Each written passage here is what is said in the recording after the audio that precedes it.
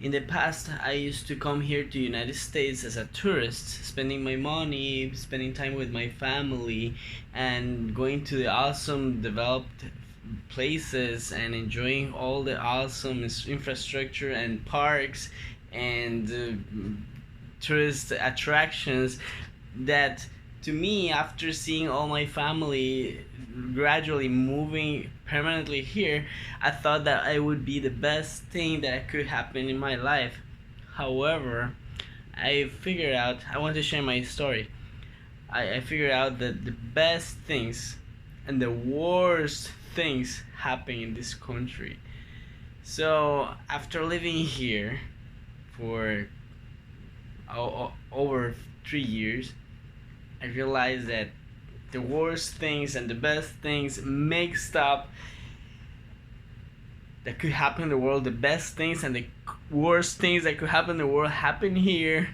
And I realized that this is nonsense, that, well, is great, but is just ambiguous. And guess what? I found a middle point. The middle point is there is the opportunity to do manifestations. Manifestations are the cause of the worst things and the best things that could happen to humanity. So this is the hotspots of the best developments and the best things that could happen to the world. Now, manifestations is not something that could happen to every country. Not every country people can manifest, right? And if you guys have the ability to manifest things, good things happen. Manifestations, in the history of humanity, manifestations work for the better of the people. Now, what we have to manifest is the improvement of a better economy, and I'm going to explain you why. The economy, in not just in this country but in all countries, is like an ecosystem that is driven by moral values. When there is a corrosive morale in an economy, the economy collapses. So how do we improve that intuitive morale that we have as human beings? That's very simple. By demonstrating democracy. Democracy is the best thing that could happen to this world. That's what made America and United States different from the rest of the world. Was the first country to acquire and embrace that democracy. It's not capitalism. Forget about it. I'm telling you the truth. It's not capitalism. It's the democracy what makes this country but maybe the best place to live, in the middle point. So how do we improve the economy? Well, there's a big Pac-Man. I think I talked about the big Pac-Man in the past, and the big Pac-Man is the corporate America, or the big corporations. That actually, those big corporations are not Americans. They were born here, but they are all over the world,